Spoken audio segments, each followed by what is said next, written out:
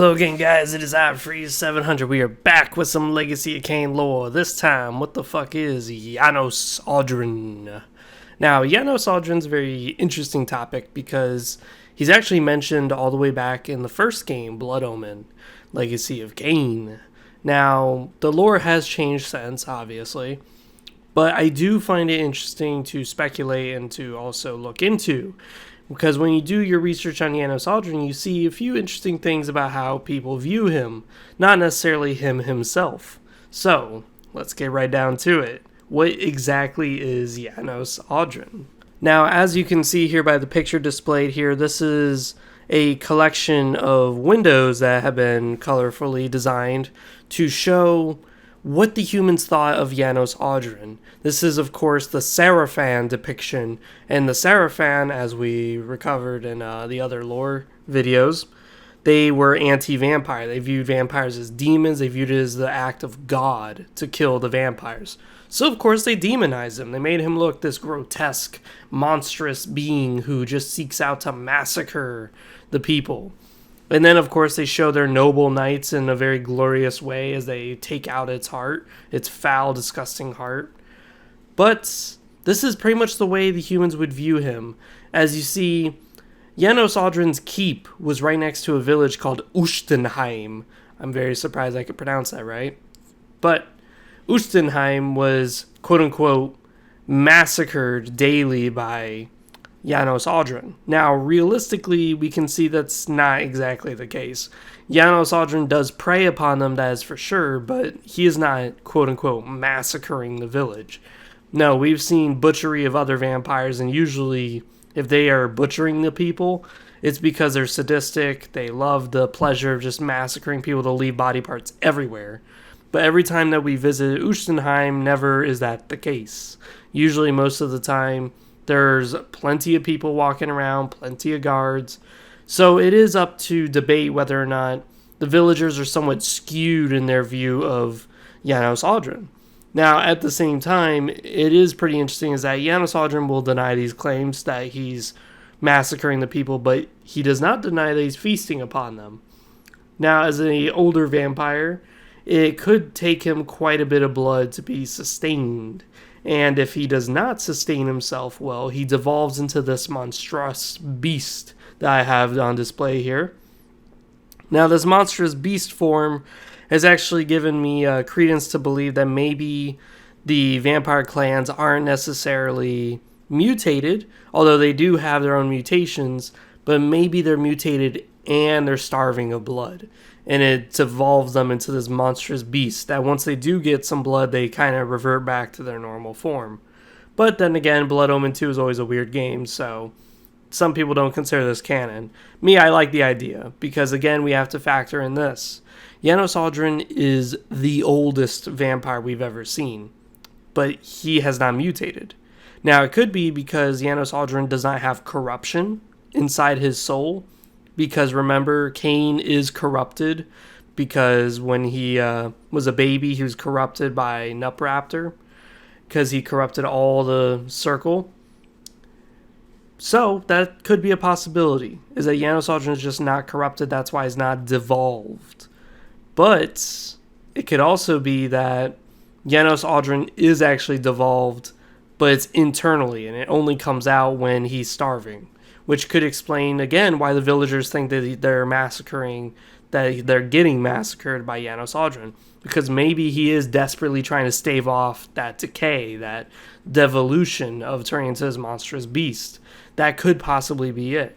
So far we've kind of gotten a picture of who Janos Audron is.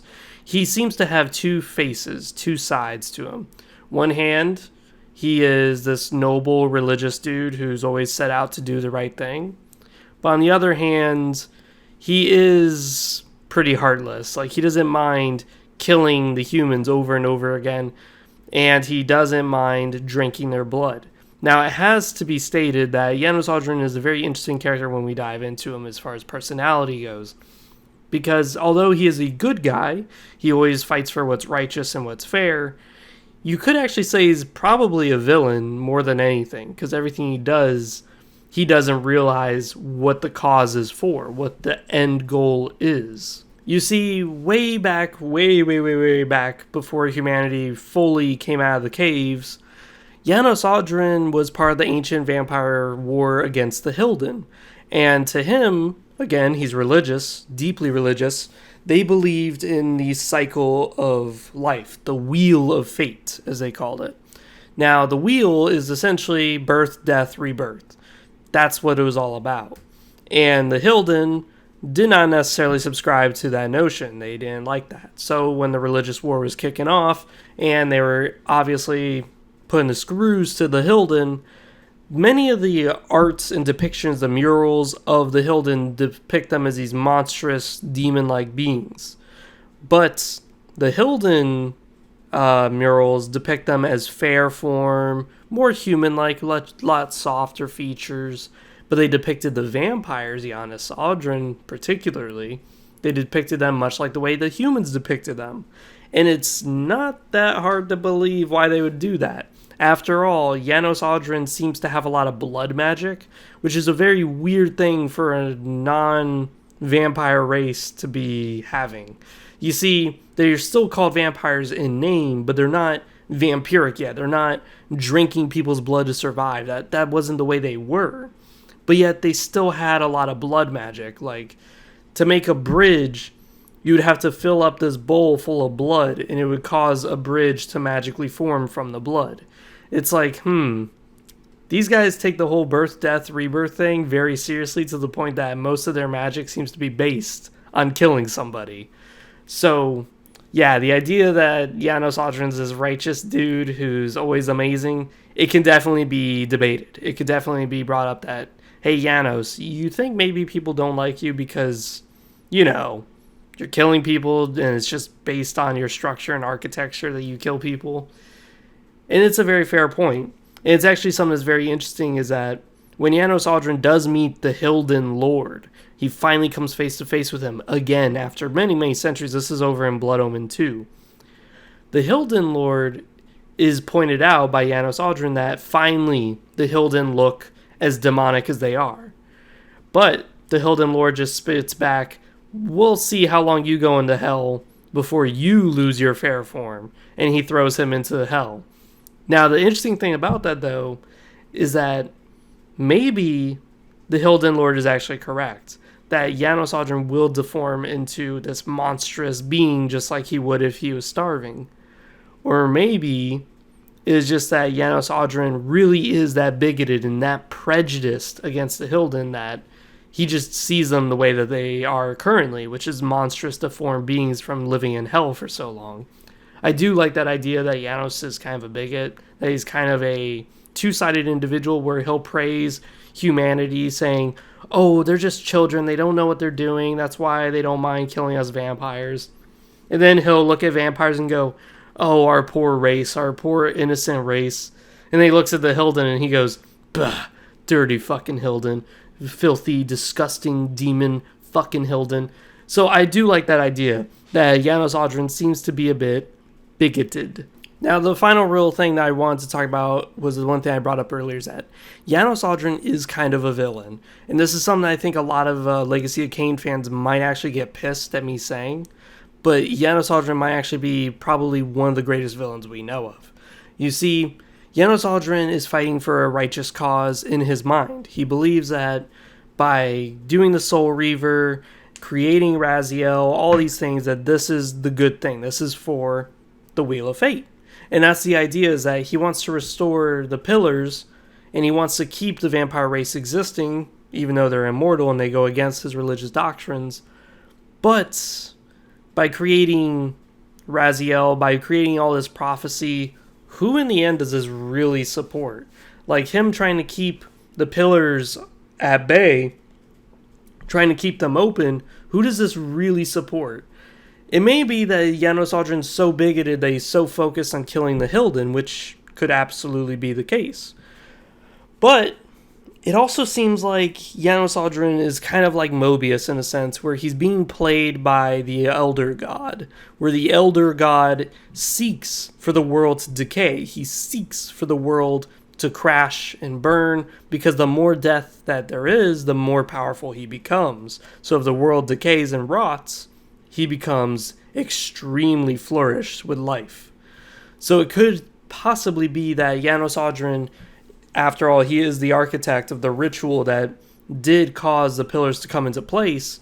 It could be that Janos Audron was just simply a tool to that end. And now he's seeking to maintain what it is that he has done, which is the pillars. But little does he realize that those pillars is the exact thing that's going to destroy Nosgoth, not keep it alive.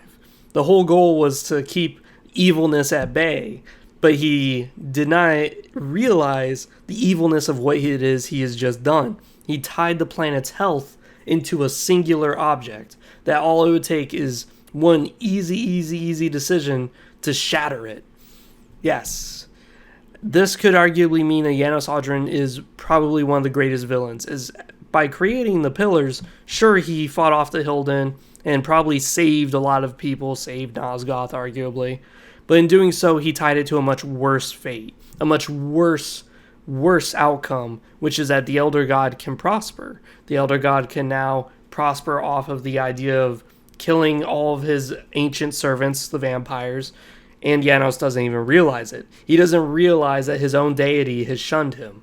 He knows that the deity stopped talking to them. He knows that the deity, by turning its back on them because they're immortal, that a lot of vampires killed themselves, but he still clings on to that faith. He still clings on to the Elder God, the Wheel of Fate. He still clings to it. And he has these prophecies that will eventually return Nosgoth back to normal. That is not ideal. And it can be stated by some people, well, for 700, the Soul Reaver can actually hurt the Elder God. Why would he do that if he really believes in the Elder God and really likes him? Well, the issue is that it seems that most of the ancient vampires don't exactly know what the real enemy is. Because, again, when Janos Audron's being talked for the one final time, when he gets possessed by the Hilden Lord, he's talking about the Hilden. He still thinks the Hilden are the greatest threat to everybody. He still thinks that the Soul Reaver will help destroy the Hilden. This is what he is thinking. This is how brainwashed Janos Audron is, and how bigoted and how religious he is, that he thinks the Hilden are still the threat. Whereas Raziel and later on Kain realize the Hilden, they are a threat, yeah, but they're not the main threat. The real threat is the Elder God, the God of death, the God of life, the God of the wheel. He is the threat because he seeks to actually destroy the world. He seeks to just topple it, just let it where the world rots and decays because he prospers. But Janos, being way too religious and way too bigoted, I don't think he would ever realize what damage he has done to the world, where in saving it, he actually condemned it to a much worse outcome. But I still like him as a character. I still like the idea that humanity lost some history. Like in Legacy of Kain, Blood Omen, Kain believes that Janos was just simply a vampire who was once human from a great house of nobles in Ustenheim who turned and now preys upon his own people. When reality is, that's not the case. He existed long before humanity did. So it does lend this nice idea that human history has faded that much that humanity just kind of thinks that all vampires came from humans, when reality is that's not the case. And then there's also the Sarafan who believe him this monstrous beast where if they kill him, then all the problems in the land will be cured. That is not the case. There is a lot of interesting stuff about him. Like, he still holds out hope for humanity. He still believes humanity is capable of great things, but he views them as children. No matter what they do, they'll go on crusades killing all the vampires in the world, and he still thinks they're innocent. He still thinks they're kids who don't know what they're doing. When reality is, humanity knows a lot more about what they're doing than what he thinks. Like Mobius. Mobius understands that by instilling human guardians, that it does kind of weaken the pillars. He understands that by having Mortanius kill the Balance Guardian, that's going to cause the corruption of the pillars. He understands this because he's a time guardian. He could see time. But Janos Audron is a little too naive in that sense. He views humanity as these innocent beings, whereas his own heir, his own descendant, Vorador, who's the very first human to turn into a vampire, he flat out condemns humanity, saying that they're cruel, they're disgusting, they always just prey upon us when there's no right reason to. And he hopes that the world just ends and they suffer because of their foul decision of killing the vampires. Because again, Vorador views the vampires as noble, as these amazing dark gods. Whereas Janos, he does not. He views the vampire race as a necessity to live because they're the vanguards of society. They're vanguards of civilization. They're vanguard of the world. But his own sire, his own heir, Vorador, just doesn't believe the exact same. And it's actually interesting is that Vorador outright disregards much of what Janos says because he views him as just clinging on to a past that is long gone, clinging on to prophecies that, sure, there may be events that do correlate with the prophecies like Raziel existing and stuff, but Vorador doesn't put too much effort into that, into the whole idea that these prophecies are real, because many things have happened that have only condemned the vampire race, not allowed it to prosper like these murals and these prophecies have depicted. So, maybe Janos Audron is just the greatest con man in the world. Maybe he is more two-faced than what we realized. Maybe he's the one being played. Maybe he's just a guy who's just doing the best he can to save the world, and he's just going in blindly. But he has a conviction, he has a faith, and he's sticking to it. He has a prophecy, a plan, and he hopes it comes to fruition. Who knows? We'll never know the full story, and I kind of like it that way. I like it where we can speculate. We can look into a character in detail and go, wow, this character, the way it's presented, he seems like a good character on paper, but the more and more you look at him, the more and more you hear him talk, the more and more you see the way others perceive him, the more and more you're thinking, maybe this guy isn't as good as I thought he was. So, this has been Free 700. I hope you guys enjoyed this discussion about Janos Audron, what he could be, what he is. And, as always, see you guys next time. Comment down below what you guys think.